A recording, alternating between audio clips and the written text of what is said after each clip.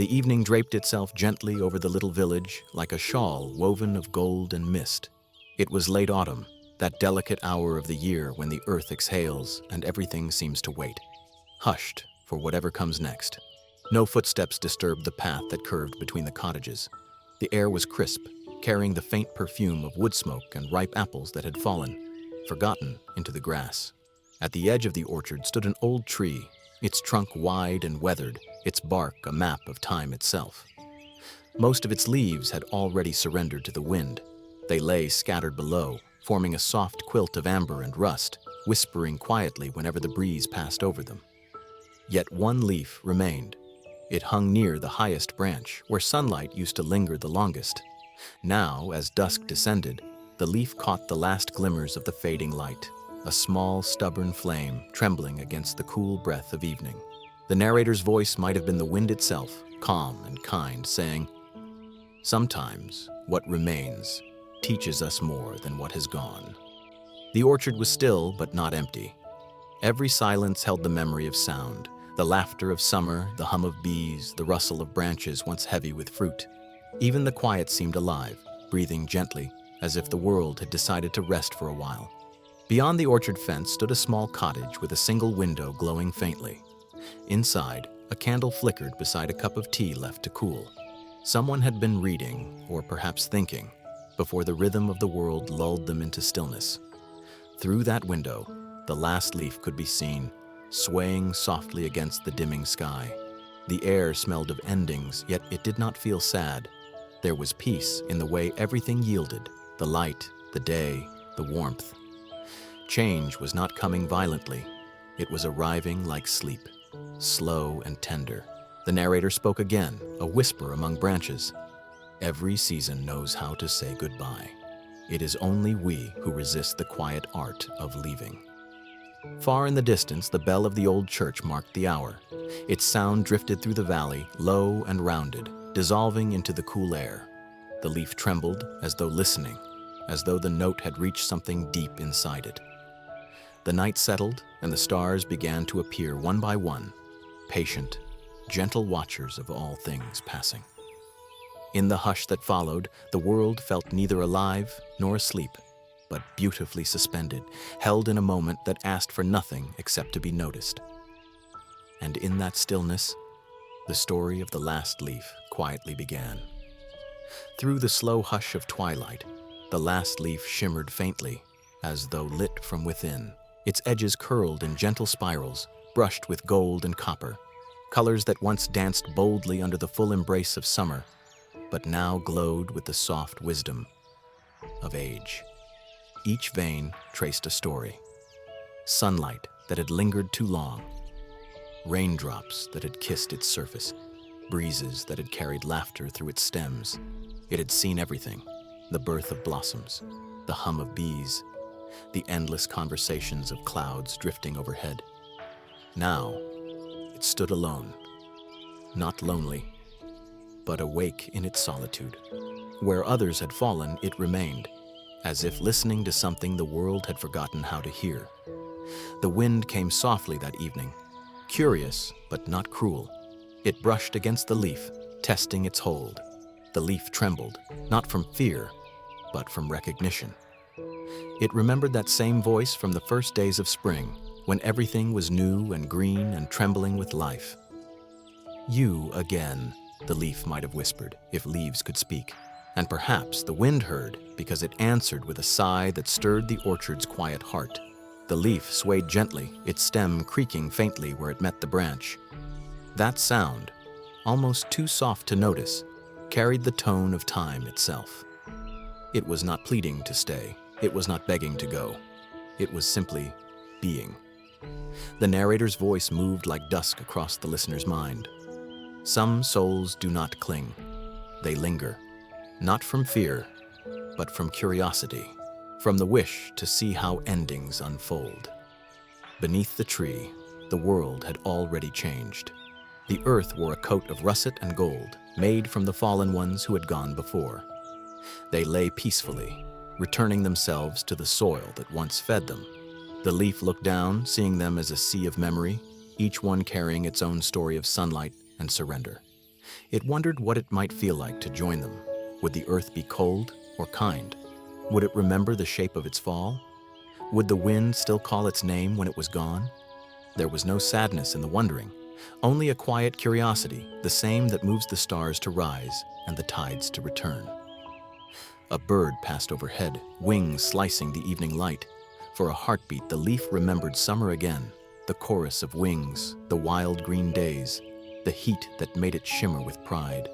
It smiled in its own silent way at how the world had changed, how it had changed. Now, instead of yearning for the sun, it had learned to love the glow of dusk, the brief, gentle shimmer before everything rests. Maybe this, the narrator murmured, is what wisdom feels like, the knowing that even endings are a kind of light. A soft breeze moved through the orchard again, playful but kind. The leaf swayed once more, and for a moment it thought of letting go, just to see how the air might carry it, how the earth might welcome it home. But the moment passed. The wind wandered on. The stars blinked open above. The leaf remained, quiet against the fading sky, listening to the rhythm of its own trembling, not afraid of what would come, only curious about the wonder of being here, still for just a little longer. And as the night deepened, the leaf rested in that knowing, that to stay too can be a form of grace. That night, the air stirred again. Not suddenly, not with force, but with the slow awakening of something ancient. The wind drifted through the orchard like an old friend who remembered every season that had ever breathed across these fields. It touched the grass, the fallen leaves, the worn stones of the cottage wall, and finally it reached the one that had stayed. The leaf trembled softly, sensing its presence. There was a tenderness in that movement, like the shiver of a thought half remembered. "Ah," murmured the wind, circling the branch with quiet delight, "you are still here." The leaf swayed. "Yes," it said, or perhaps only thought, for in this orchard, thoughts had the weight of words. The wind smiled through the night. "All your brothers and sisters have gone. Do you not long to join them?" The leaf hesitated, not from fear, but from the wish to understand the question. "I do not long," it said softly, "but I wonder, what does it mean to fall? Is it the end, or a way of becoming something else?" The wind laughed, not cruelly, but like water over stones, the laughter of movement itself. "Falling," it said, "is how everything remembers to return. You will not be less, only nearer to what you've always been." The leaf considered this. "Then why do I still hold on?" The wind's voice lowered, almost a sigh. "Because holding on is how living things learn who they are." For a while they were both silent. The orchard listened. Even the stars seemed to lean closer. The leaf remembered the times the wind had been wild, sweeping through branches, singing in every direction, never staying still. It had envied that freedom once. Now, it only admired it. "Are you afraid of the fall?" asked the wind again, more softly this time. "No," said the leaf. "I just want to understand what it means to let go." The wind grew quiet, as though the question itself carried too much truth to answer all at once. It swirled gently around the tree, tracing invisible circles through the night air. "To let go," it whispered at last, "is not to vanish. It is to become part of everything you loved. You will rest in the soil, and the soil will feed the roots, and the roots will hold the tree, and the tree will remember you in spring." The leaf trembled, not from cold, but from awe. It thought of the cycle, of rain becoming rivers, of rivers becoming clouds, of clouds returning as rain. Maybe this too was its place in the pattern. The narrator's voice softened, like the hush before a dream. Humans too cling to their branches, to their memories, their names, their fears. We call it living. Yet perhaps living is not the gripping, but the grace of knowing when to release. The wind rose slightly, wrapping the orchard in a gentle sigh. "Sleep now," it said, "and when the time comes, I will be here, not to take you, only to carry you." And then it was gone, only a whisper through the fields, fading into the wide, unbroken dark. The leaf was alone again, but something inside it had shifted. Not a decision, but a calm understanding. It no longer feared the fall. It was simply waiting for the moment when the wind would return and the world would teach it how to fly. Night arrived not as a curtain, but as a sigh. It spread through the orchard with the tenderness of a mother tucking in her child. The hills darkened first, then the cottages, and finally the old tree, now outlined only by the pale shimmer of starlight. The world seemed to exhale, one long, peaceful breath that carried every sound into silence. The grass no longer rustled, the birds no longer stirred. Even the distant river slowed its murmur, as though the night had whispered a spell of rest over everything. The leaf, still holding to its branch, felt the coolness of the air settle around it. The warmth of day had faded, replaced by something deeper, a quiet that didn't ask for words. The narrator's voice softened now, almost disappearing into the rhythm of the dark. "Breathe with the orchard," it said gently. "In and out, like the wind through branches." There was no rush. Each inhale gathered the scent of the night, faint smoke, damp soil, a trace of apple sweetness.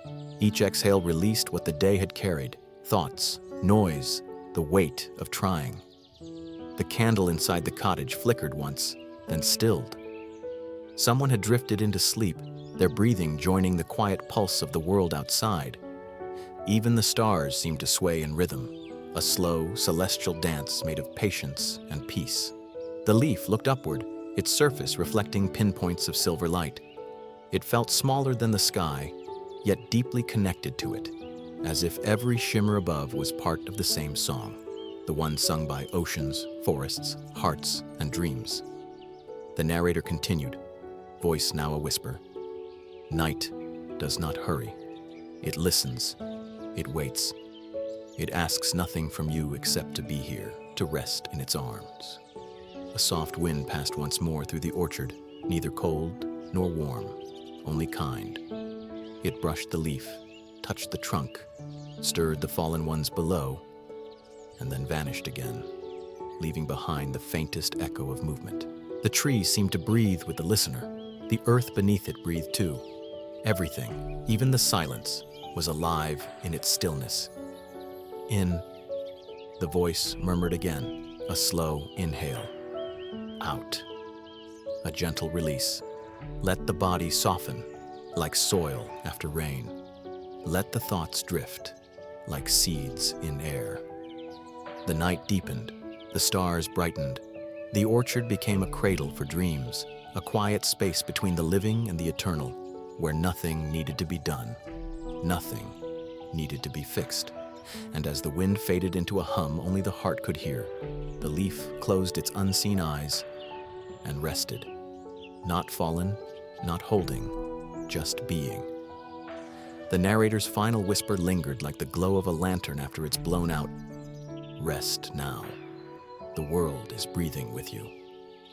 Morning arrives quietly, as though it had tiptoed through the orchard so as not to wake the sleeping earth.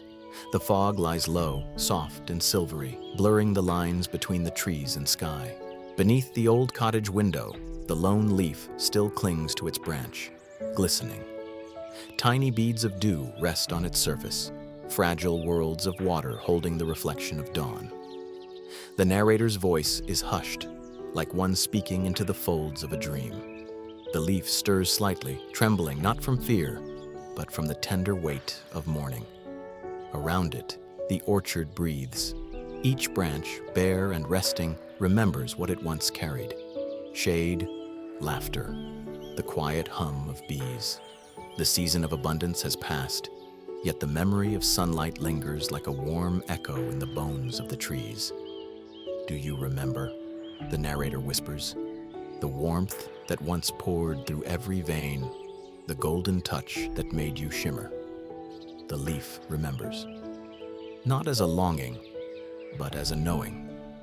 It recalls the way sunlight once entered it, not from above, but through, as if light had chosen to live inside its thin green heart. It remembers the sound of laughter carried on breezes, the rhythm of footsteps below, the soft murmur of the world in motion. Now it listens to a quieter kind of song, the rustle of mist through branches, the distant call of a waking bird, the patient heartbeat of time itself. There is beauty here too, not in growth, but in stillness. The narrator continues, "Memory is like dew, radiant because it cannot last. It rests for a moment catching the light, then fades, leaving only the shimmer behind. The dew begins to vanish as the sun climbs. Droplets fall from the leaf, one by one, disappearing into the soft earth below. The leaf feels lighter, emptier, yet strangely full, as if the act of remembering has completed something inside it. For a moment, the leaf no longer thinks of falling. It only exists between the warmth of what was and the calm of what is." The narrator breathes, "Everything that shines must one day fade." But that fading is not loss. It is a return, a quiet merging with all that has ever been. A faint breeze passes through, stirring the air with the scent of earth and morning light. The world glows pale gold. The leaf glimmers once more before the dew is gone entirely. The orchard returns to silence, serene, timeless, and the day begins. Before the hush of autumn, there was a time when the orchard sang.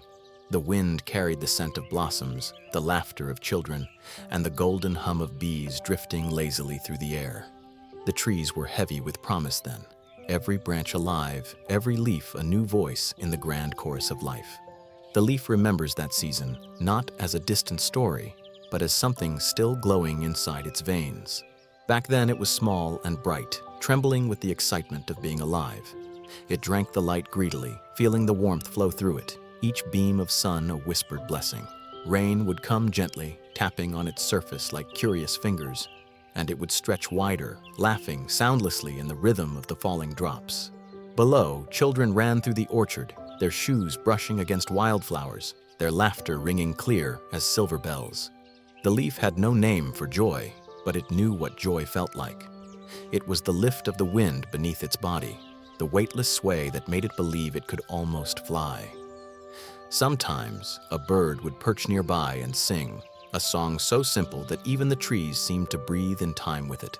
The leaf would listen, its green edges trembling softly, learning that life could be music without needing words. The narrator's voice flows like a lullaby. Every being carries the memory of its first sunlight. That first touch of warmth is not forgotten. It remains somewhere, glowing quietly, waiting to be remembered. The leaf remembers spring as an ocean of color. The sky was never just blue. It was every shade of dream, a canvas brushed with light and motion. The mornings were full of chatter, of rustling and murmuring, of endless beginnings. The days stretched long and generous, and the nights were tender. Fireflies glowed among the roots like scattered stars. The wind would whisper through the canopy, carrying secrets from one leaf to another, promises that the world would never stop turning, that there would always be another sunrise, another song. Now, in the stillness of late autumn, those memories drift like music from a far room, faint but warm. The leaf listens to them the way an old soul listens to a dream. It feels no sorrow for the time that is past. Instead, it smiles in silence, for it knows that to have lived those moments at all is its greatest gift. The narrator breathes softly. Nothing truly leaves us.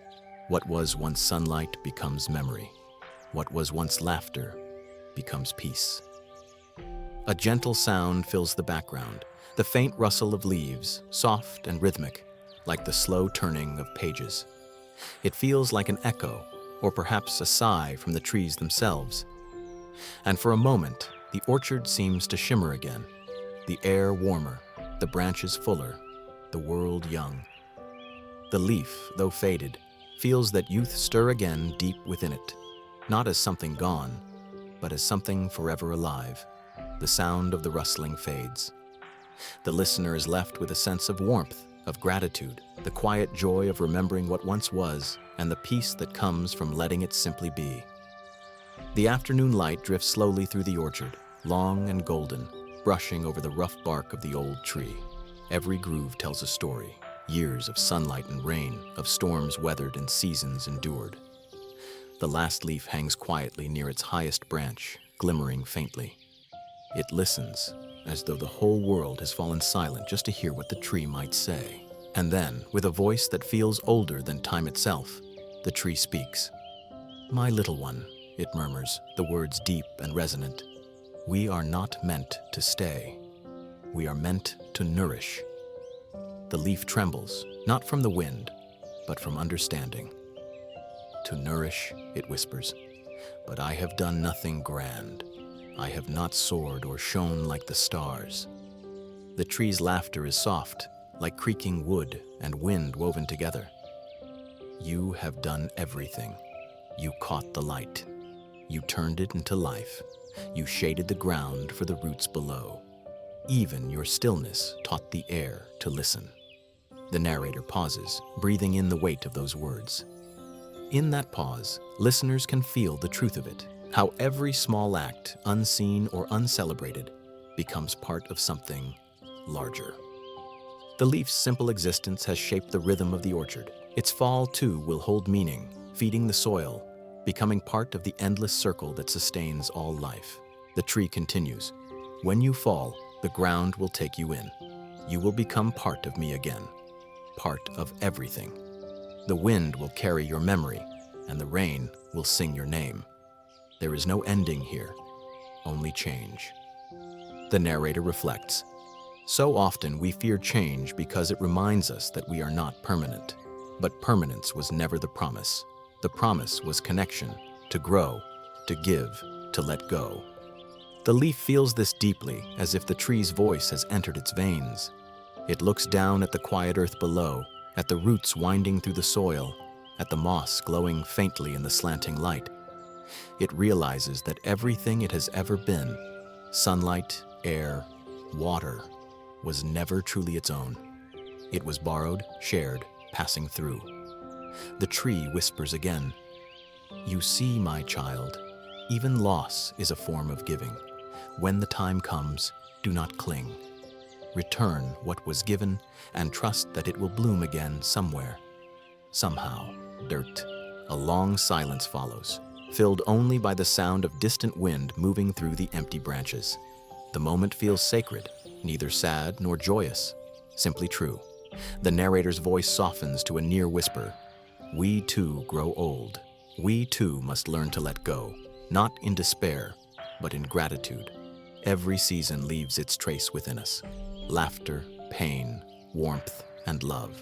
And when our time comes to fall, may we fall gently, knowing we have nourished something beautiful." The sun dips lower, painting the orchard in amber light. The tree stands tall, patient and timeless, holding its last leaf with tenderness, not to keep it, but to bless it on its way. In the hush that follows, the listener can almost hear the leaf breathing, ready, peaceful, and full of quiet understanding. The day drifts into stillness, as if time itself has paused to rest beneath the fading light. The orchard is hushed, no laughter now, no movement except for the soft exhale of wind through bare branches. The silence is not empty. It is full, like the deep breath between heartbeats. It carries a quiet weight, a kind of sacred calm that needs no words to be understood. The narrator's voice slows, low and tender. Listen. How silence deepens beauty. How it turns the ordinary into something eternal. The leaf sways faintly, the last note in an unfinished song. Around it, the air glows faintly gold. Dust motes float like tiny constellations, drifting lazily in the light. Everything, the cottage window, the roots below, the spaces between the trees, seems touched by something gentle and unseen. The narrator continues, "When we stop to listen, truly listen, silence becomes a mirror. It reflects what words cannot. It shows us that peace is not the absence of sound, it is the harmony beneath it." The leaf listens, and so does the listener. Together they fall into that slow rhythm of being. The breath lengthens, in and out. The chest rises, then softens, The world grows wide and still. A bird lands briefly on a distant branch, then flies away. The sound of its wings dissolves into the quiet, like a single thought passing through the mind before disappearing into the larger stillness. In this silence, the orchard feels infinite. The trees no longer end where the eye can see. They fade into the golden blur of afternoon. The boundary between sky and earth, between breath and breeze, begins to blur too. The narrator whispers, "There are moments when silence becomes a teacher." It shows us that not everything must be solved or spoken or held. Some things are meant only to be felt lightly as sunlight touches the skin. The light softens further, bending into amber, then rose. The day begins to slow its heartbeat, preparing for evening. The wind quiets. Even the leaf, so long trembling with curiosity and memory, grows still, not in resistance, but in rest. And in that stillness, beauty ripens. It no longer needs color, sound, or movement. It simply is. The narrator's final breath in this act: let yourself rest here, in the quiet of the afternoon. Let the silence cradle you. Let the world be enough. Then only the sound of wind remains, low, circular, endless, guiding both leaf and listener deeper into calm. Through the window of the small cottage, a child watches the world with quiet eyes. Her name is never spoken, perhaps because it doesn't matter. What matters is the stillness of her gaze, the way she seems to listen to things that others might never notice. The hum of the wind, the sigh of the trees, the heartbeat of the afternoon. She is recovering, the kind of recovery that is measured not by days, but by breaths. Her room is small but warm, filled with books and blankets and the faint smell of lavender. The doctor has told her mother that rest is what she needs most, so she rests. But even in rest, she listens. Outside her window stands the old tree, the same one that holds the last leaf of autumn. She has been watching it for weeks, tracing the slow changes as if following the rhythm of a living clock. Most of its leaves have already fallen, but that one, that single trembling leaf near the top, has stayed. Each morning, the girl greets it softly. "Good morning, little leaf," she whispers, her breath fogging the glass. "You're still here." The narrator's tone is tender, as though describing a secret friendship between two souls who understand each other's quiet.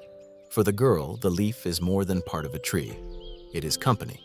It is proof that even when the world grows bare and cold, something small and steadfast can remain. Some afternoons, when the light turns golden, she imagines that the leaf waves back at her, a gentle flutter, a shared heartbeat across the silence. The days pass slowly, stitched together by small rituals. The girl measures time not by clocks, but by the shape of the light in her room. Morning light is pale and shy. Noon light dances across her walls. Evening light glows soft and deep, touching the edges of her face like a lullaby. Through it all, the leaf remains, swaying, shimmering, alive. The narrator reflects. Sometimes connection begins not with words, but with attention. When we truly see something, a leaf, a cloud, a face, we give it a kind of life in our hearts, and in return, we feel less alone. The girl begins to tell the leaf little stories. She speaks about her dreams, her friends at school, her wish to run through the orchard again when her legs are strong. Her voice is barely above a whisper, but the room seems to listen. When the wind rises, she watches the leaf tremble. She feels, somehow, that it trembles for her, as if it understands what it means to hold on, to stay, to wait for the next chapter of life. The narrator's voice softens. She doesn't know that the leaf listens too, that every word she speaks drifts through the air and becomes part of the orchard's quiet song. Outside, the day fades into evening. The girl leans her head against the window pane, eyes half closed, watching the last light ripple across the leaf's surface. In that moment, two souls separated by glass and air, there is no distance at all. The world is small, gentle, and alive with connection. The leaf sways once, as if in answer. The girl smiles in her half-sleep, and together they breathe, in, out, the same quiet breath of life. Morning arrives softly, with the color of milk and honey spilled across the sky. The girl wakes to the hush of her room, the sound of her own breathing, the faint ticking of a clock, and outside, the tree waiting in its quiet grace. She sits up slowly, wraps her blanket around her shoulders, and looks toward the window. The leaf is still there, trembling faintly in the cool light. It seems to greet her, as if it too has been waiting through the night. "Good morning," she whispers, her voice just barely above the hum of the air. "We made it through another night." The narrator's tone is soft and slow, carrying the rhythm of stillness, the kind of peace that doesn't need to be explained. Each day begins this way now, the girl and the leaf sharing the same silence, the same gentle awareness of time moving without urgency. She no longer feels the need to fill the space with stories. Sometimes she simply sits there, her chin resting on her knees, watching the leaf move ever so slightly in the breeze. The motion is small, almost imperceptible, yet it holds something infinite, like the quiet pulse of life itself. The narrator breathes. In the spaces between words, connection deepens. Sometimes the truest kind of understanding comes not from speaking, but from being quietly present together. Outside, the world stirs, a bird calling from a distant branch, the crunch of frost beneath unseen footsteps. Inside, the girl's breath fogs the window. She traces a small circle on the glass, a little portal between her world and the leaves. Through it, she watches the sunlight flicker over its fading veins. Gold, amber, a touch of green still clinging like memory. The leaf trembles again, and she smiles. She doesn't know if it's the wind or something else, but the gesture feels familiar, like a nod from an old friend. Hours pass in this shared stillness. The girl reads quietly by the window, sometimes looking up, sometimes just listening. Even the silence seems alive now, tender, full, humming with invisible threads that link her breath to the rustle of branches. The narrator continues, "Stillness is not the absence of life. It is the moment when life gathers itself, quietly, completely, before it begins again." By afternoon, the light has softened, as the girl leans her head against the glass and closes her eyes. Outside, the leaf sways once more, catching the last warmth of the sun. In that shared quiet, something wordless passes between them. Comfort, understanding, peace. Neither asks for more than this, to be seen, to be held in awareness, and to rest within the same slow rhythm of being. And so the world continues, silent, steady, and full of small miracles.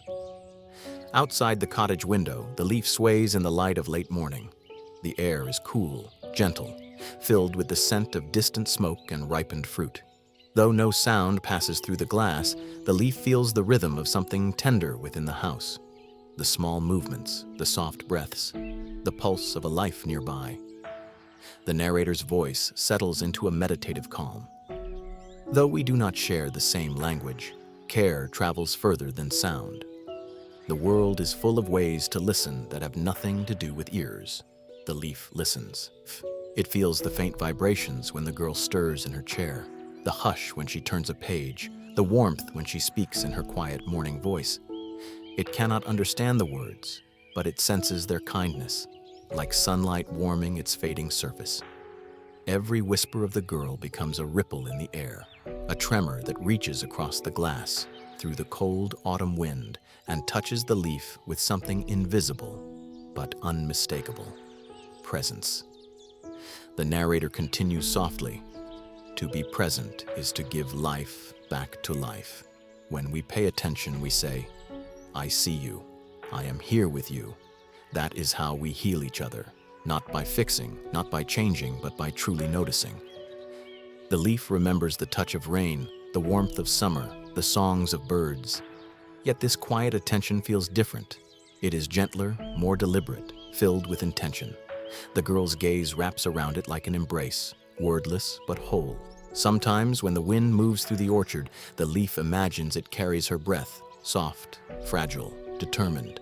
It lets itself sway with that rhythm, learning the shape of compassion not as a thought, but as motion, to move gently in response to another. The narrator breathes. Every living thing listens in its own way. The trees listen to the sky. The river listens to the stones. We listen to the ones we love, even in silence, even across distance. The leaf listens deeply now. It hears not sound, but meaning. The girl's stillness, her quiet patience, becomes a kind of song, a melody made of faith and waiting. And in return, the leaf offers what it can: its color, its softness, its small but steadfast presence against the fading season. The wind shifts, tenderly brushing against its edges.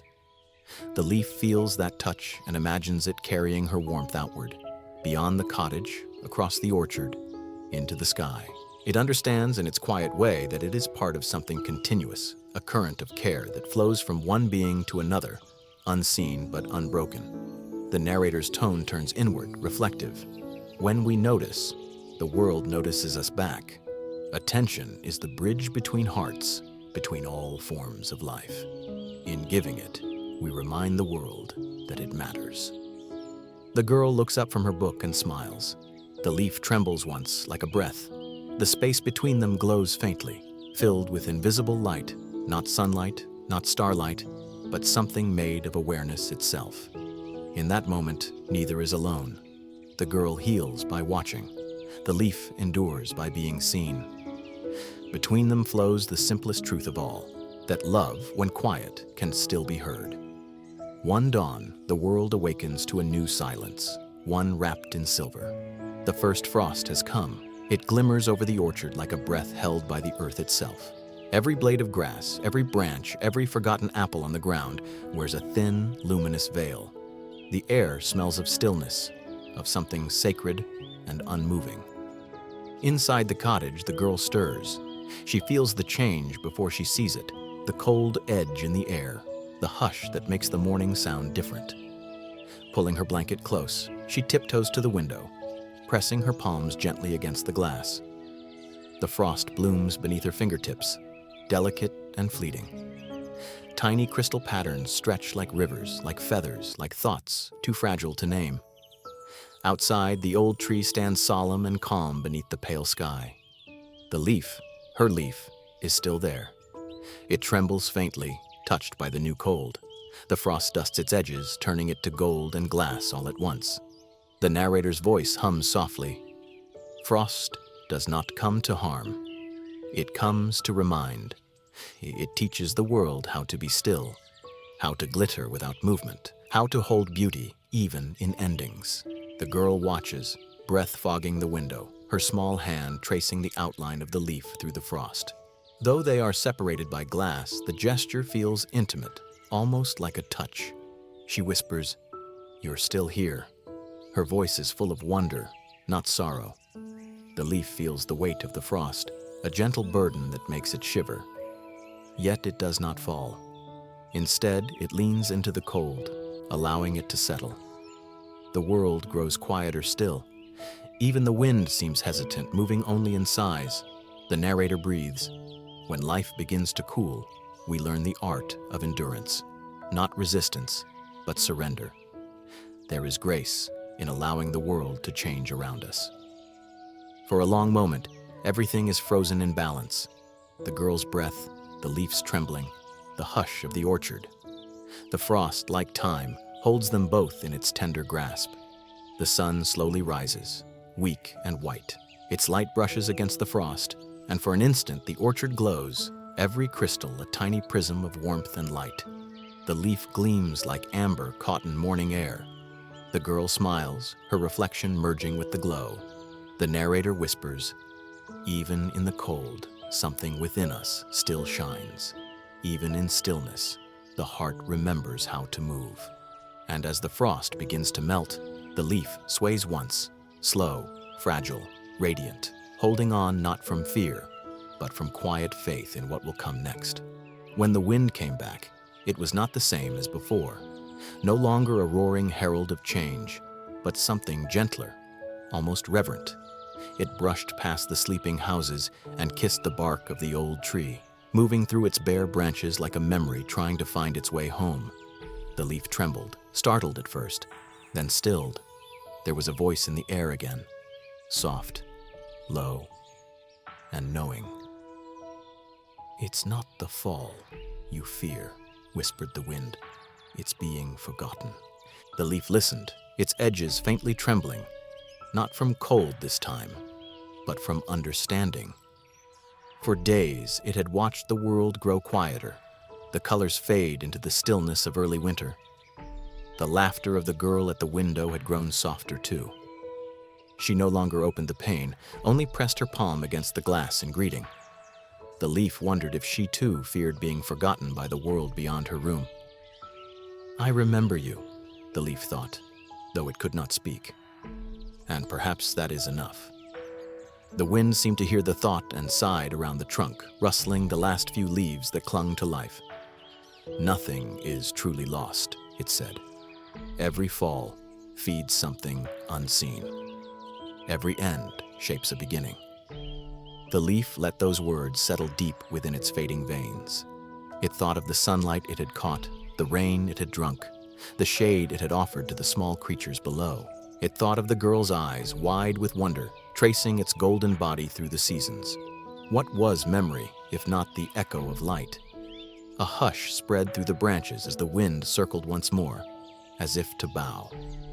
"When you fall," it said, "do not think of it as leaving. Think of it as returning, to the soil, to the breath, to the great turning of all things." The leaf felt warmth in those words, though the air was cold. It realized with a still kind of peace that the wind did not mourn the end, it celebrated the continuation. Every swirl, every sigh was an act of remembrance. "I'm ready," the leaf whispered inwardly, though it still held fast. "Not yet to fall, but ready to understand." The wind brushed against it once more, tenderly this time, almost like a promise kept. And as dusk folded over the quiet street, the leaf shimmered faintly in the fading light, reflecting the girl's faint smile from behind her frosted window. In that small connection, something eternal passed between them, a truth too soft for words, but bright enough to outlast the coming snow. The leaf did not need to be remembered forever. It only needed to have mattered once. The night before the fall was still. No wind, no song. Only the quiet hum of frost threading through the world. Beneath that silence, the old tree felt something stir within its roots. Not sorrow, but readiness. The time had come to speak once more to the last of its children. "Little one," the tree murmured, voice deep as the earth itself. "You have held on longer than any before you. You have listened to the wind, felt the rain, tasted the sun. You have seen all that a leaf may see. It is enough." The leaf trembled faintly, not from fear, but from tenderness. It had always known this day would come. Still, to hear it spoken aloud, the final blessing, made its stem ache with something bittersweet. "Must I go?" it asked, though no sound left its body. The question moved between them like breath. The tree's voice softened.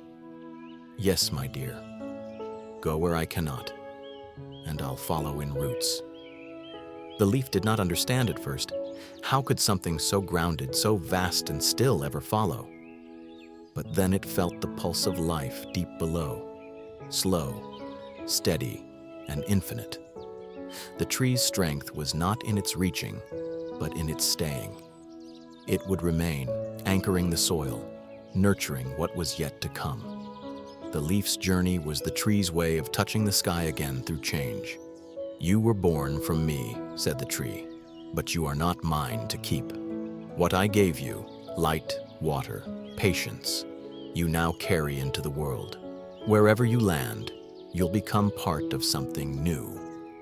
That is how we stay together." A pause stretched between them, filled with memory.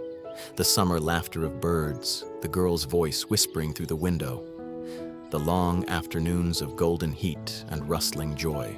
All of it lingered, suspended in the space between one breath and another. "I am afraid," the leaf confessed in silence. "What if I forget? What if I am forgotten?" The tree's branches bent slightly, cradling the air around the leaf. "Forgetfulness is only for those who stop changing," it said. "You will remember in new ways, through soil, through root, through blossom. What seems an ending is merely a turning. The leaf closed its unseen eyes and listened to the slow rhythm of the world. Beneath it, the roots hummed with warmth. Around it, the air shimmered with promise. Above, the moon watched with a quiet grace that needed no explanation. Then I will fall, the leaf thought, not to leave, but to return. The tree smiled in its own still way. And I will be waiting. Every year when spring begins again, I will feel you in the first green pulse of life.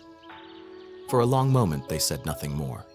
Only the stars moved, unhurried and clear.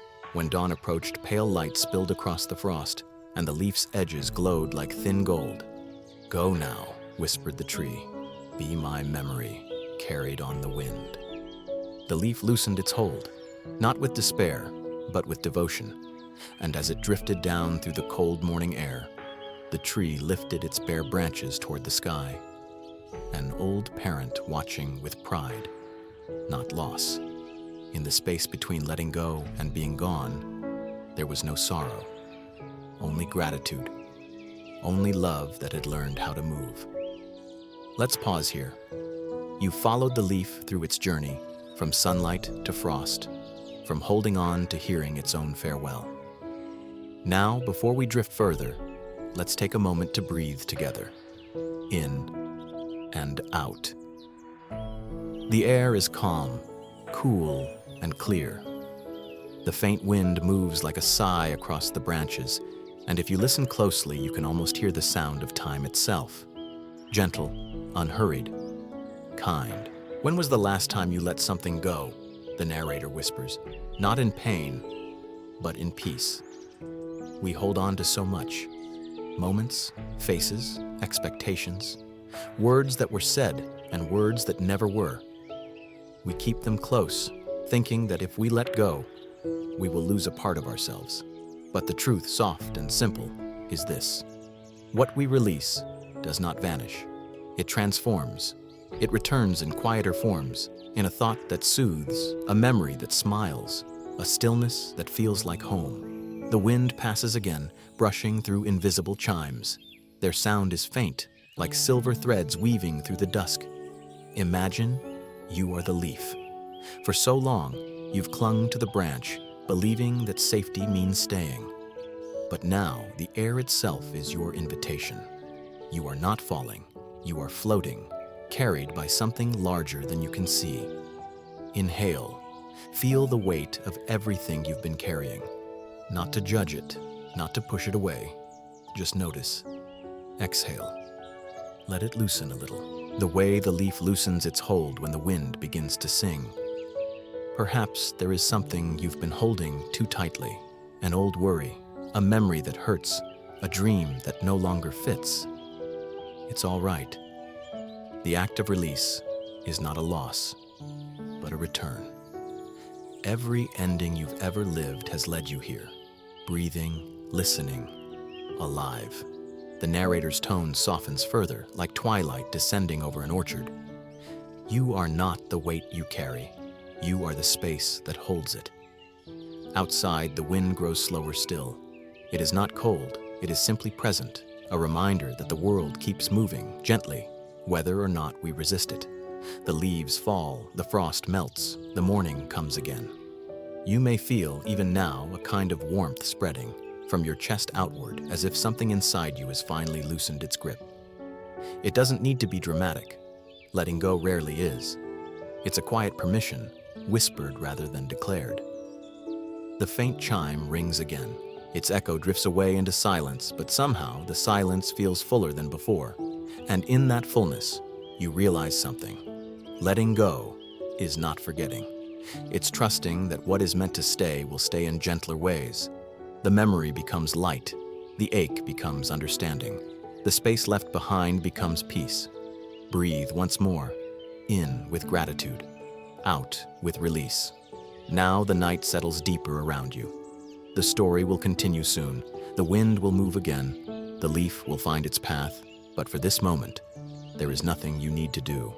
Nothing you need to change. Just rest in the stillness that follows every surrender. The narrator whispers one last line. Let go. The world will hold you. The day begins to close, as if the sun itself has grown tender with the world. Light spills softly through the orchard, not the bright gold of noon, but the deep, honeyed hue of farewell. The sky blushes in slow motion, and the old tree casts a long, calm shadow over the grass where fallen leaves rest in still devotion.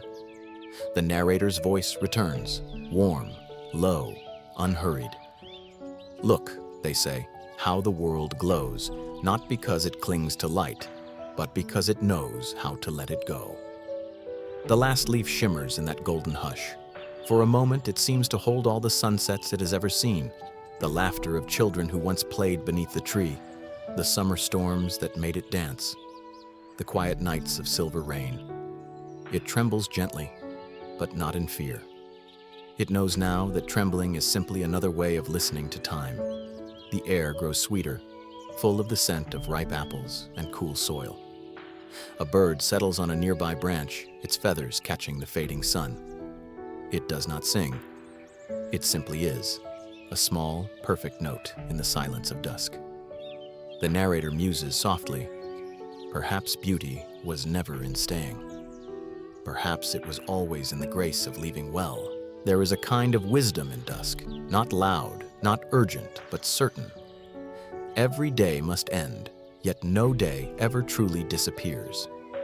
Its light lingers on the leaves, on the walls of the cottage, in the memory of those who watched it fade. The world is made of continuations disguised as endings.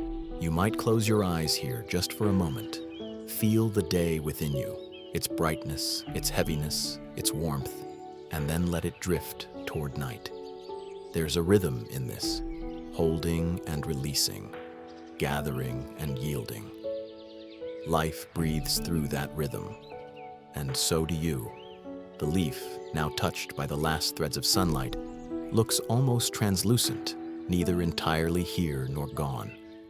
The tree whispers softly in the settling air, its branches sighing like an elder at peace.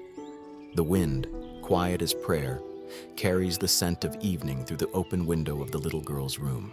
She's fallen asleep with her hand near the glass, the faintest smile on her lips, as if she too can sense the leaf's calm acceptance. The narrator pauses, voice a near whisper now. There's beauty in knowing when to bow to the moment, to lean into the inevitable with an open heart. The sky deepens into amber, then violet, then the tender gray before night. Every color fades in its own time, unhurried, unashamed, and in that gentle fading, everything seems to glow from within, as though the act of surrender itself is what makes things shine. Soon the first star appears. The leaf sways once more, a small gesture of gratitude to the day that has carried it so far. It is still holding, but lightly now, not out of resistance, but reverence. The narrator's final words drift like the last breeze of twilight. The sun never mourns its setting. It trusts the horizon to remember. And with that, the orchard grows still, a world suspended between light and shadow, between what was and what will be. The listener is invited to rest in that in-between, where beauty, at last, becomes peace. Night unfolds like a slow breath over the orchard. The world has turned to silver, every branch, every blade of grass wearing a quiet sheen. The wind has gone still, as though even it has fallen into reverence. In this stillness, the old tree stands like a sentinel of time, its silhouette dark against the pale shimmer of the moon. And there, near the window, the last leaf remains. It glows faintly under the moonlight, fragile yet luminous, a small lantern of memory trembling on its stem. Its edges glint like threads of glass, and for a moment it seems to hold the entire sky within it. Every ripple of light that passes across its surface feels ancient, as if the moon and the leaf have shared this secret meeting for centuries. The narrator's voice moves gently, almost as if not to disturb the night. Moonlight doesn't demand attention, it simply offers itself, soft, complete, and quiet. It shows us how beauty can exist without applause. The air hums with a kind of hushed clarity. Far away, an owl calls once, its voice folding into the fabric of the dark. Somewhere in the cottage, the little girl stirs in her sleep, her breathing steady and slow. The rhythm of her rest mirrors the rhythm of the world, inhaling, exhaling, the endless cycle of arrival and release. The leaf, though still, feels alive with the night. It remembers sunlight, yes, but this light, cool and steady, feels different. It doesn't burn or dazzle, it soothes. The moonlight has no urgency, no demand for growth or proof. It simply exists, and in doing so, it teaches the leaf that being is enough. Perhaps the leaf understands, in its own quiet way, that it has become part of something larger. The same moon that shines upon the sea now touches its fragile veins. The same light that has watched over mountains and meadows now rests upon this small, waiting life. Nothing is alone beneath the moon. The narrator whispers, "There are nights when the world asks nothing of us, only that we be still enough to feel it breathe." The orchard seems to pulse with that breath, slow, sacred, infinite. Every shadow feels softer, every corner of darkness somehow full. Time loosens its grip. The night stretches on, endless and kind. The leaf trembles once, not from fear, but from recognition. It realizes that even now, suspended between earth and sky, it is glowing not from what it once was, but from what it has become, a vessel of memory, a whisper of light. And beneath the vast silence of stars, it shines, not as something clinging to life, but as something entirely at peace with its place in the night. That night, as the moon drifts higher and the world hushes into perfect stillness, the leaf begins to dream. It does not know it is dreaming, only that the wind has softened to a lullaby, and that the stars seem to hum a melody, known only to things that have waited long enough to listen. In the dream, the leaf is no longer bound to the branch. It feels the first whisper of air beneath it, gentle as a promise. And then, lightness. It is floating, not falling. It rises before it descends, carried by invisible threads that move like the breath of the earth itself. Below, the orchard glows silver blue. The roof of the little cottage gleams like the surface of a quiet lake. Beyond it, the hills roll like sleeping giants, their outlines softened by mist. The leaf sees everything now, not from attachment, but from awe. It drifts over the river that winds past the edge of the village. The water mirrors the moonlight, broken only by the soft ripple of a fish beneath. The leaf feels itself drawn toward that shimmer, yet not in longing, only curiosity. What is it like, it wonders, to become part of movement itself, to lose one's edge and join the flow? The narrator's voice enters softly, as though gliding beside the leaf. In dreams, even the smallest of us may travel through eternity. The boundaries we cling to begin to dissolve. The leaf, once afraid of falling, now learns that surrender can be flight. The dream deepens. The leaf floats over fields it has never seen, rows of sleeping wheat, a silent barn, the shadow of a fox crossing between trees. Each place it passes seems to breathe out warmth, as though the world itself is exhaling memories. The leaf does not cling to any of them. It simply moves, open, present, unburdened. For the first time, it understands what it means to release control, to trust the current of existence, unseen but certain. The wind carries it not as a master, but as a companion. The air beneath it feels alive, like the heartbeat of something vast and kind. Perhaps, the leaf thinks, this is what it means to be free, not to escape, but to belong everywhere at once. The narrator pauses, voice low and luminous. When we dream, the part of us that fears begins to rest. In that resting, something deeper awakens, the knowing that we are already carried. The dream slows. The leaf feels itself drifting higher still, until the orchard below is only a pattern of shadows and silver. The stars seem closer now, their light threading through its veins. For a fleeting moment, it imagines it is one of them, suspended in the great dark sky, shining not by will, but by being. Then a whisper from far away, the sound of the old tree's roots deep in the soil, calls gently, reminding it of where it came from. The leaf smiles in its sleep, if a leaf can smile, and lets itself drift downward again, calm and whole. As it sinks back toward the branch, the dream begins to fade, like mist returning to water. The world grows quiet once more, and in that soft return, the leaf understands. To dream of flight is not to escape life, but to remember how weightless the soul can be when it no longer needs to hold on. The night deepens, quiet as breath. The moon has climbed to its highest point, bathing the orchard in pale serenity. Inside the cottage, a single candle flickers near the window, its small flame trembling as if listening to the silence beyond the glass. The little girl stirs beneath her blanket. Sleep hovers near her but does not fully claim her. Something in the night feels sacred, fragile, like the hush that follows a prayer. She rises slowly, padding barefoot to the window, and presses her small hand against the cool pane. Outside, the old tree stands motionless beneath the moonlight, and there, still clinging to its branch, is the last leaf. For a long time, she simply watches it, that small, glowing shape that has somehow become her friend. It sways just barely, touched by a whisper of air. To her, it seems alive, waiting, listening. The sight fills her with both comfort and something she cannot name. The strange ache that comes from knowing that something beautiful may soon end. Her voice is barely a breath. Please don't fall tonight. The words drift out into the quiet, carried by nothing but hope. They are not a command, only a wish. The soft plea of someone who has not yet learned that even love must one day let go. The narrator's voice enters gently, woven into the stillness. We often ask love to stay, even when it's meant to rest.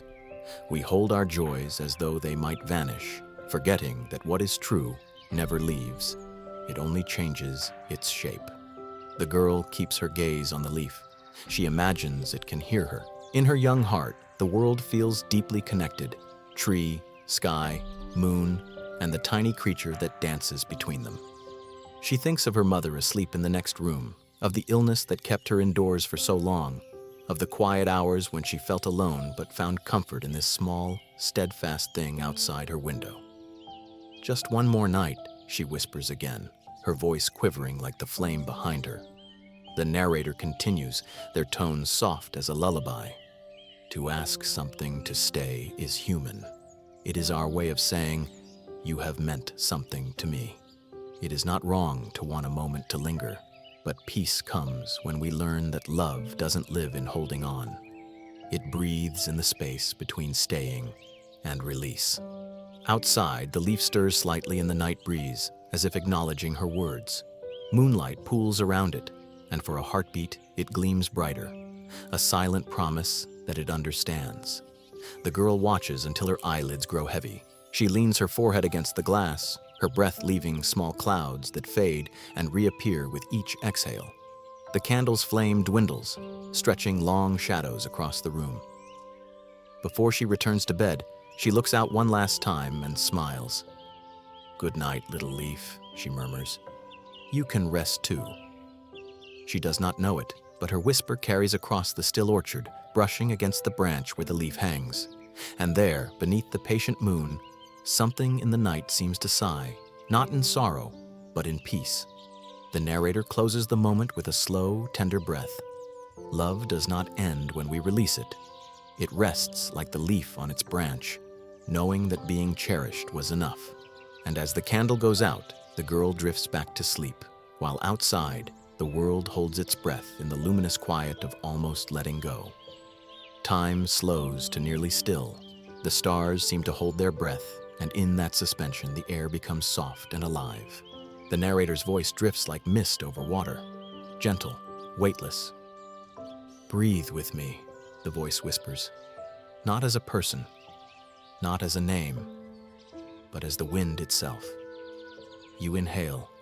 The air slides through you like silver thread, cool and clean. You exhale and the space around you shivers, rippling as though the universe itself is sighing in rhythm. Now the wind begins to move, not against you, but through you. It no longer feels like something outside, but a quiet pulse inside your chest, ancient and endless. It carries a memory older than language, the first breath the stars ever took. The leaves stir, the branches hum. Each sound folds into another until there is no separation between them. Only breath, only motion, only stillness that moves like music. "You are not breathing in the world," the voice says, soft as dusk. "The world is breathing you." And suddenly it's true. The boundaries dissolve. Your chest rises not because of effort, but because the tide within the air has lifted it. Your heartbeat matches the slow rhythm of drifting clouds, the steady pulse of oceans turning on unseen shores. You begin to sense others, not people, but presences. Every breeze that has ever brushed your skin still lingers somewhere. Every whisper that ever touched your ear is still circling, slow and endless. The air remembers everything. The narrator's tone becomes quieter, almost reverent. Every breath you take carries fragments of stars. Every sigh returns them home. You imagine it now, each inhale pulling in the glow of ancient suns, each exhale scattering that light back into the dark. You are recycling eternity, one breath at a time. The world around you dims, not with darkness, but with softness, as though every outline has learned to rest. Shapes blur, edges melt. The trees exhale, and you follow. The earth itself seems to hum beneath your body, matching the rhythm of your lungs. Breathe in, a tide of warmth fills you. Breathe out, your worries drift, dissolving into the still air.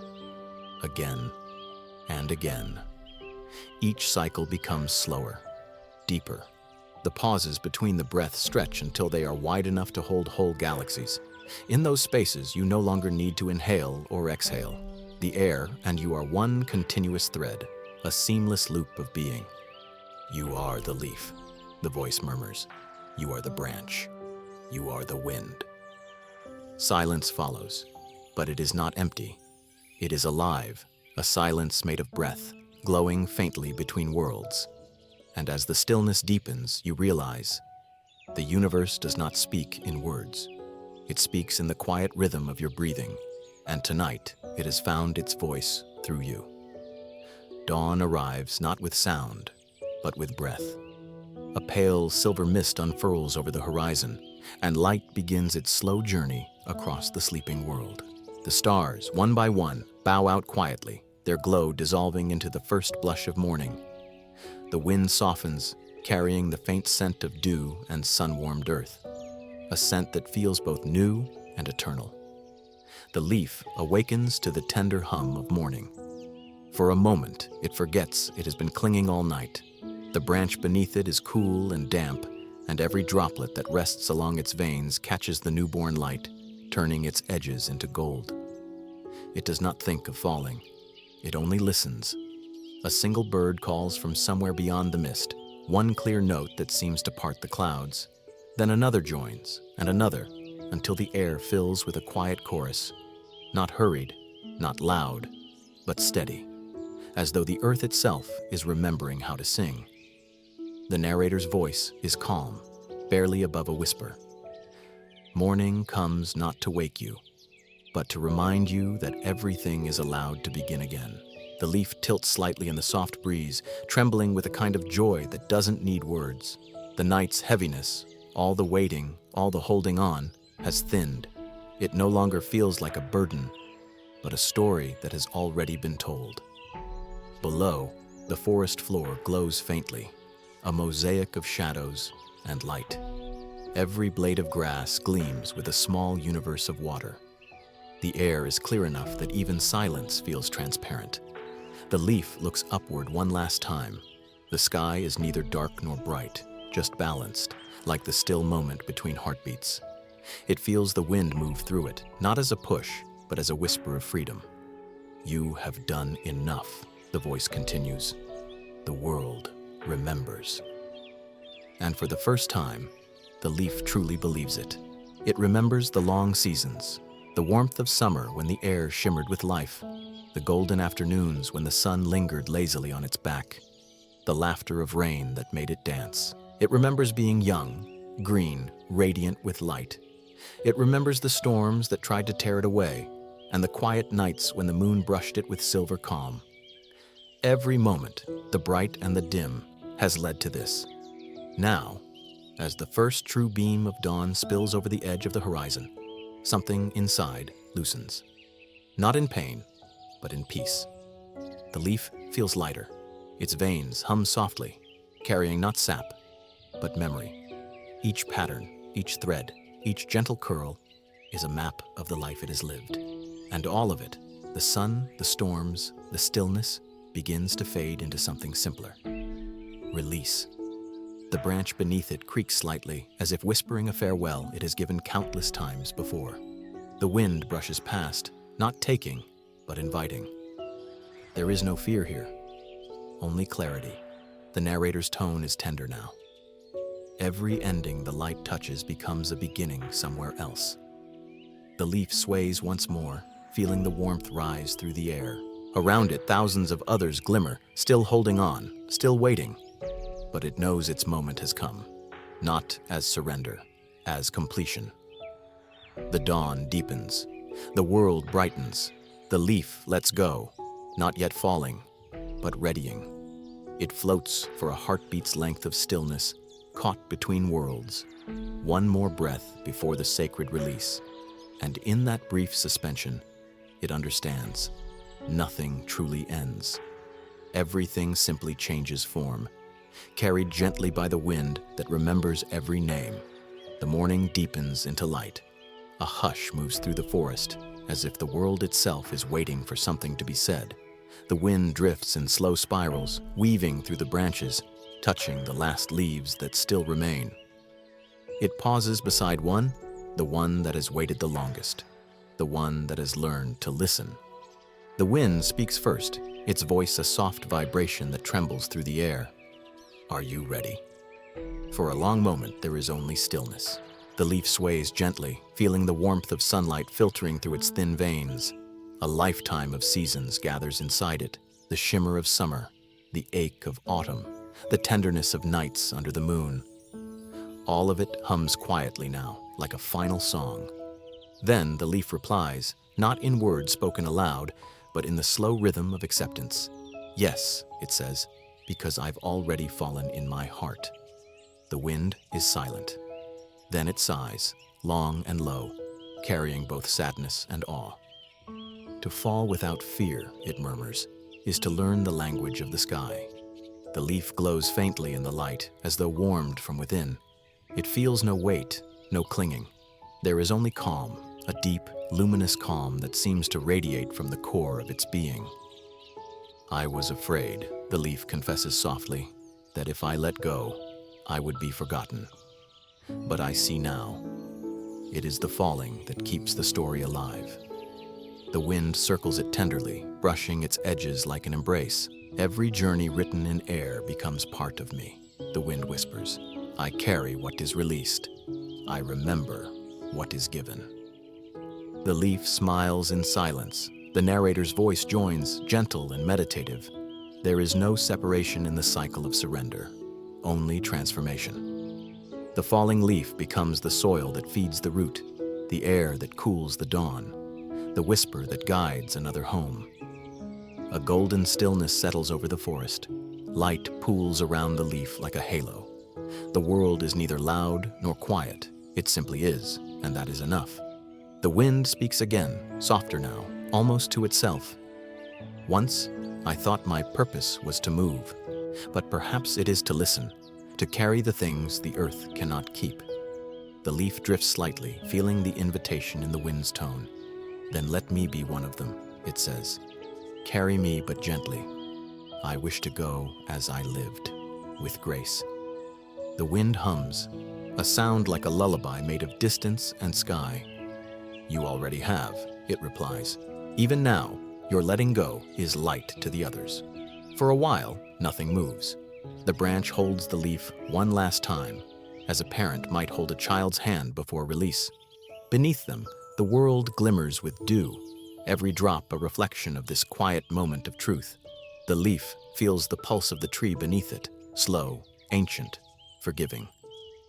"Thank you," it whispers, "for growing me, for holding me, for letting me learn." And in that instant, it feels the reply, not in words, but in warmth. "Go where I cannot, I will follow in roots." A pause, a breath. Then a sigh from the wind, a trembling of light, a final shimmer of gold. The leaf lifts, weightless at last, spiraling into the open air. No struggle, no fear, only grace, the kind that comes when a heart has already learned to fall. The narrator's final words fade softly into the morning. Acceptance is the quiet between the heartbeats of change. And in that quiet, everything finds its way home. The moment stretches, the leaf loosens. No sound, only a hush that feels infinite. The branch trembles once, then releases. The world holds its breath as one small thing becomes everything. It begins, the fall, slow, gentle. Like time itself has turned to silk. The air folds around the leaf, cradling it as it drifts downward. Every motion is a whisper, every curve of descent a wordless prayer. The sunlight catches its surface, gold, then amber, then almost clear.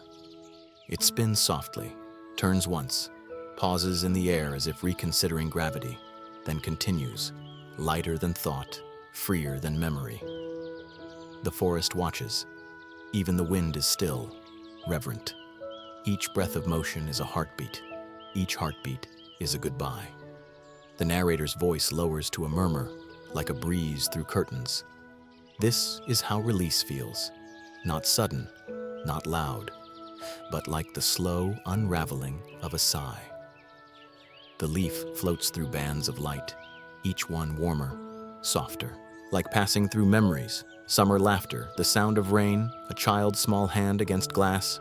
It remembers the tree, tall and steady, the girl at the window, the voice of the wind. All of them become threads of golden air, weaving through the quiet. For a moment, it forgets that it is falling. It feels only peace, a weightless being carried by invisible hands. Down below, frost glints on the ground, a mosaic of silver and white, ready to receive. The leaf drifts closer, tracing lazy spirals in the air. Its shadow follows like a second spirit. The rhythm of descent slows, then slows again, as if the world itself is breathing with it. Inhale, the leaf rises slightly, lifted by a tender gust. Exhale, it descends again, closer to rest. Inhale, exhale, float. The narrator breathes with the listener. Let go with it. Let the air hold you. You are safe. You are home. Now the ground nears, but it does not feel like an ending, only completion. The journey that began with sunlight now finds peace in stillness. A final flicker of wind turns the leaf once more, so it may see the world from every side. The sky above glows faintly blue, the branches shimmer like veins of light. Everything looks softer from here, as though reality itself is exhaling. Then, silence. The leaf lands upon a bed of frost.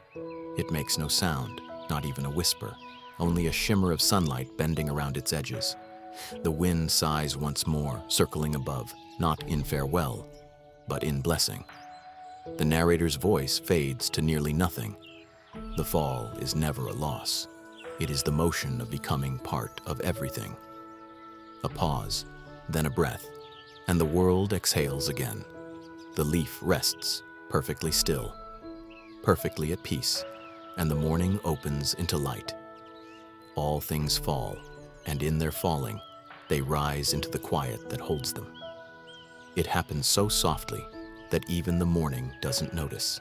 A single leaf, golden and delicate, drifts down beside the cottage window, the same window that once reflected its dance in the wind. The earth greets it with silence. No applause, no sound of arrival, only the hush of dawn and the faint murmur of a waking world. The leaf rests on a small patch of frost. The sun, just lifting above the horizon, paints it in gentle amber light. Its veins gleam faintly, a quiet memory of what it once was and what it has become. Inside the cottage, the girl sleeps soundly beneath her blanket. Her breath rises and falls like the rhythm of the leaf's long journey. For a moment she stirs. Her lips curve into the smallest of smiles, as though her dreams have been brushed by wings of gold. The narrator whispers, calm and low, "Sometimes, the most beautiful endings happen unseen." The window still glows faintly with frost. The pattern upon it mirrors the tree's branches outside, a reflection of connection, repeating endlessly. A faint breeze wanders through the orchard. It lifts a few fallen leaves and carries them across the grass. But not this one. The last leaf remains still, as if it has found where it belongs. The world seems to hold its breath around it. A bird calls once, softly. A bell tolls far away.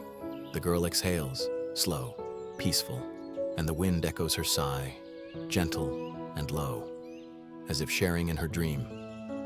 The narrator's voice flows like a lullaby now. Not every journey ends with witness. Not every letting go must be seen to be real. Sometimes life completes its circle in silence, and that too is grace. The light deepens, turning from gold to pale white. Snowflakes begin to fall, one by one, soundless. They land near the leaf, forming a soft halo around it. There is no sadness here, only stillness. No loss, only transformation. What was once held high in the air now rests in the heart of the earth, and both are at peace. The narrator's tone fades to a murmur like a hand smoothing the air. Sleep now, dear one. The wind has quieted, the leaf has landed, and the world remembers. Outside, the orchard sleeps beneath its silver veil. Inside, the girl dreams of light, a leaf turning, falling, glowing, until everything becomes soft and warm and endlessly still. And in that stillness, the story exhales its final breath, a promise that every ending, no matter how small, is simply another beginning in disguise. Morning arrives slowly, like a sigh through white breath. The orchard lies beneath a soft quilt of snow, untouched, shimmering faintly under the pale light of dawn. Every branch, every blade of grass, every forgotten pebble now wears a crown of frost. The world seems to sleep, and yet beneath that stillness, something hums, quiet, alive, waiting. The old tree stands motionless, its bark dusted with silver. Its limbs stretch wide into the sky, dark against the brightness. There is no wind now, only the deep, wordless silence that winter brings, a silence that feels like understanding. Beneath one of those outstretched limbs rests the last leaf. It lies half buried in snow, its edges curled but glimmering faintly, like a piece of captured sunlight. Around it, the world breathes in slow rhythm, invisible, steady, eternal. The narrator's voice floats through the air, soft as mist. This is the quiet after the fall, not emptiness, but fullness, wearing the mask of stillness. From the cottage window, faint light glows. The girl still sleeps, wrapped in warmth, her dreams untroubled. The rhythm of her breath matches the rhythm of the land outside, a secret harmony between body and earth. The snowflakes fall gently, each one unique, yet none alone. They merge, dissolve, and reform, a reminder that even in resting, life continues to weave itself anew. The narrator continues, slower now, almost whispering, "There is a peace that follows surrender, a calm that does not ask for meaning. It simply is." The morning deepens, the air sparkles. A robin lands nearby, hops once, and pauses. Its tiny claws leave brief imprints in the snow, fleeting marks that the next breeze will erase. But for now, they exist. Small evidence of motion in this kingdom of stillness. The leaf lies beneath, unmoving but not forgotten. The tree above seems to guard it, shadowing the space with quiet reverence. Everything, from the frozen soil to the gray-blue sky, feels connected, bound by a silent understanding. That rest, too, is part of creation. The narrator's tone softens even more. In this still earth, nothing is gone. The leaf does not die. It becomes part of the whole. In silence, it learns the language of everything. The scene holds, suspended, a white morning, a resting world, a heartbeat beneath snow. And in that stillness, the story breathes, not an ending, but the pause before life begins again. The world shifts almost imperceptibly. Winter loosens its grip. The long white hush begins to breathe again. One morning, the snow outside the cottage melts into soft patches of earth. The air smells faintly of wet bark and beginnings. Sunlight returns, not the cold shimmer of winter, but something warmer, kinder, as if the sky itself has forgiven the long silence. The girl, now stronger and bright-eyed, stands by the window. Her hair catches the light. She has grown a little since the leaf last clung to its branch. Her laughter, though quiet, sounds like a melody the orchard remembers. She steps outside for the first time in weeks. The air is crisp but gentle, the ground soft under her boots. Each step sinks slightly into the damp earth, leaving little prints beside the old tree. Something green catches her eye, a tiny sprout, barely visible, pushing up through the soil near where the leaf had once rested. It is so small, so fragile, that she kneels instinctively, cupping her hands around it as though to shield it from the wind. The narrator's voice slows to a tender hush. From what has fallen, something rises again. The girl smiles, her breath forming a pale mist that vanishes almost instantly. "You came back," she whispers, the words soft, but sure. The sprout trembles slightly, not from fear, but from life. Around it, the ground glistens with dew, each droplet catching sunlight like 1,000 tiny mirrors. The orchard, once muted and bare, hums faintly again with awakening. The old tree stands nearby, its branches beginning to bud. Above, birds return one by one, their calls gentle, curious, like greetings exchanged after a long separation. The narrator continues, "It is never truly the end when something rests. Even the quietest goodbyes carry the seed of return." The girl runs her finger gently through the soil, tracing the roots' direction, feeling how they connect, unseen, but alive. She cannot see the old leaf now, but she imagines it below, transformed, feeding this new pulse of green. Her smile deepens. She feels warmth spread through her chest, not just joy, but gratitude. Gratitude for what stayed, for what fell, or for what returned in a different form. The wind moves softly through the orchard again. It doesn't ask questions this time. It simply carries the scent of earth and promise. The girl stands, brushing soil from her knees. She looks toward the sky, wide, blue, full of light, and whispers, "Thank you." It is not clear who she's speaking to, the leaf, the tree, the wind, or something beyond all of them. Perhaps it doesn't matter. Gratitude, like life, belongs to no single name.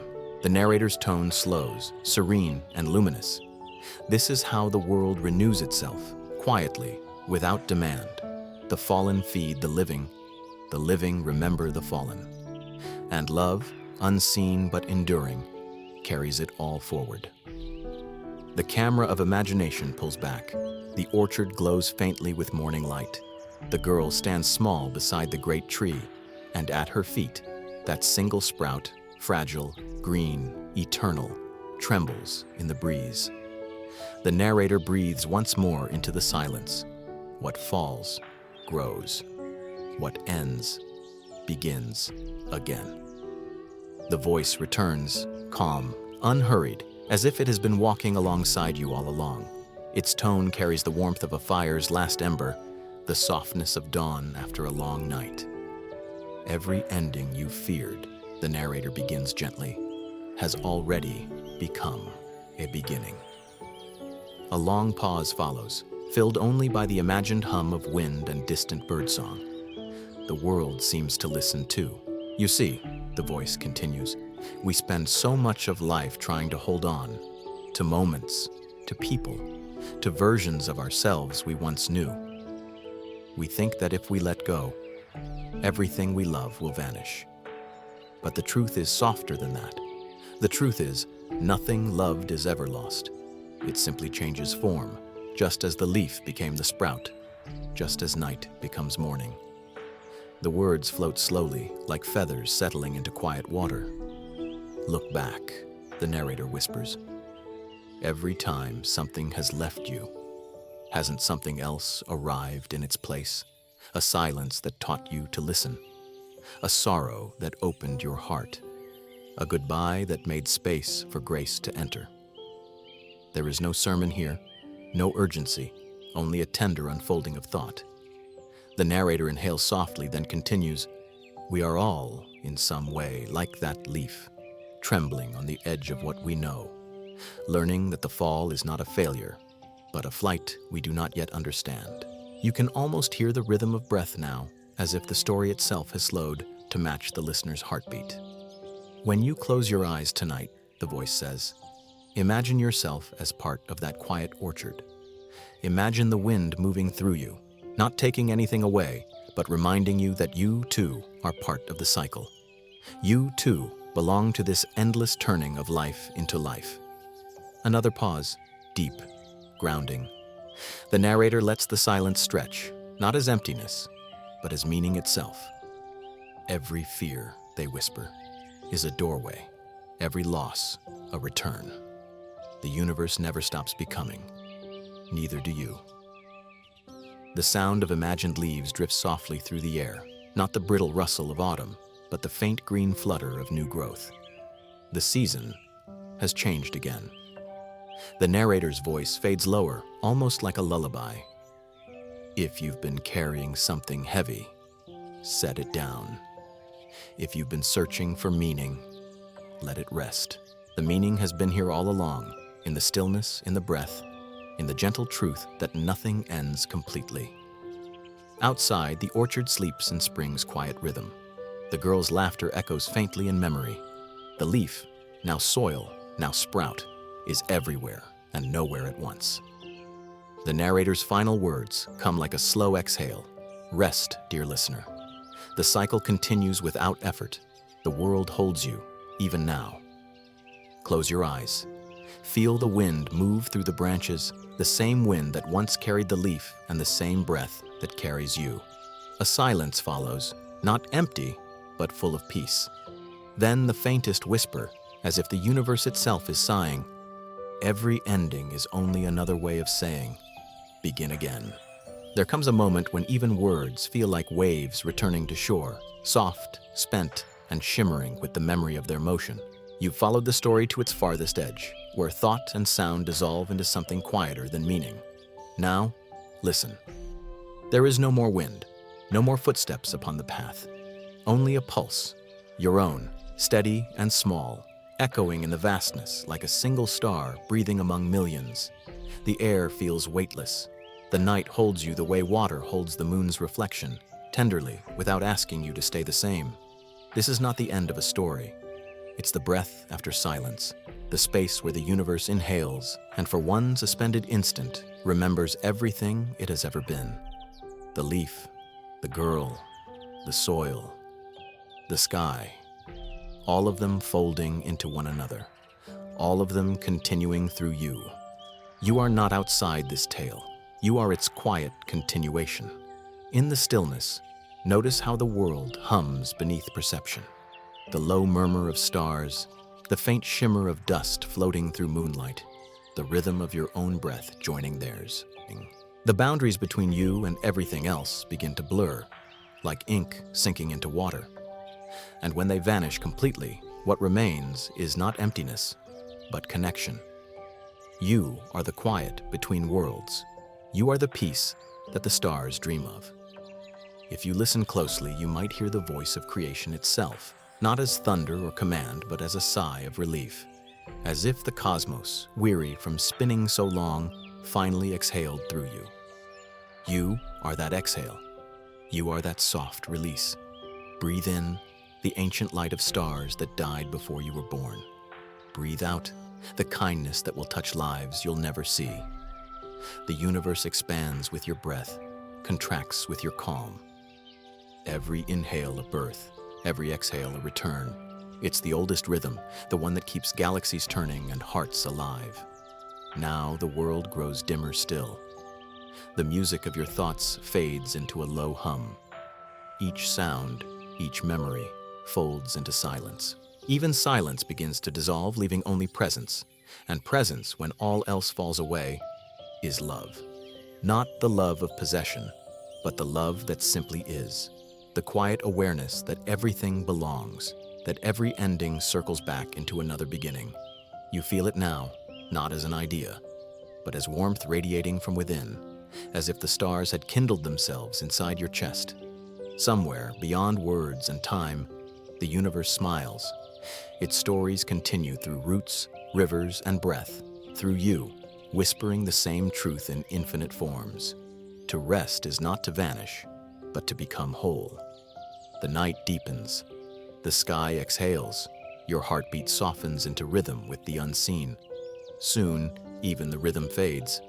Only stillness remains, vast, gentle, eternal. In that stillness, you understand. Nothing is ever truly lost. Every sigh, every silence, every fallen leaf is simply returning home. And so are you. Fade now, into breath, into heartbeat, into stillness, until even stillness is gone and only peace remains.